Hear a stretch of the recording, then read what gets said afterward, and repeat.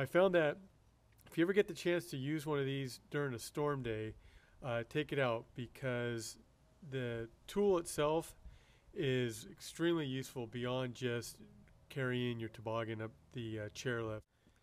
The patrol tool is made from aluminum. It's super light, small, very efficient, indestructible for any use that you would have on the mountain. It's got a ice scraper. It's also got 3 standard nut sizes for tightening bolts on the toboggans and other pieces of equipment. The hook fits onto the back of the chair, or it can also fit on the O-ring on the top of the chair if you've got one. I prefer to use this on the back of the chair whenever I was loading a toboggan. When I was using the tool as during our storm day, the unit comes as a complete unit so that the webbing is attached to the leash. I found that pulling this in and out of my jacket was just a little bit of a cumbersome operation. So what I decided to do, because I have this for a personal one for personal use, is I created a little webbing leash so that on those days when I knew I was going to want to detach the tool from the leash, I'd be able to and still have functionality for it. So basically I just took a piece of webbing. You can usually find a remnant in your patrol shack, or it's pretty cheap.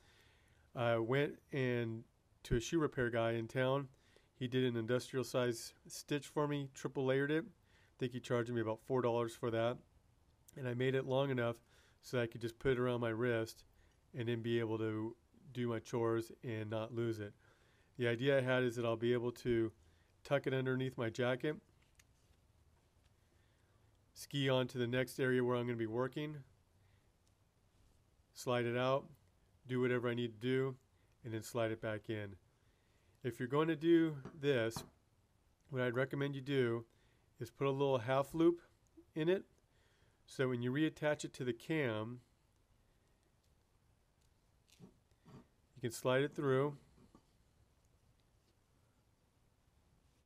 That little half hitch or twist makes it so you have a nice smooth tie. When you're attaching it now to the chair, this is just a little more slack than I really wanted to have. It'd be a 2-hand operation to unleash it. So this way I have enough space that I'm able to go over the handle, and this will grab onto the chair and this will grab onto the chair, so you'll have a bite so you don't have to worry about this slipping out. Then you just want to make sure that your cam is right about at the edge of the tool with enough space so that the webbings don't touch. And this is turned out to be a little bit of a blessing, because now I can use one hand, control the cam release, and pull off the chair without having to use 2 hands.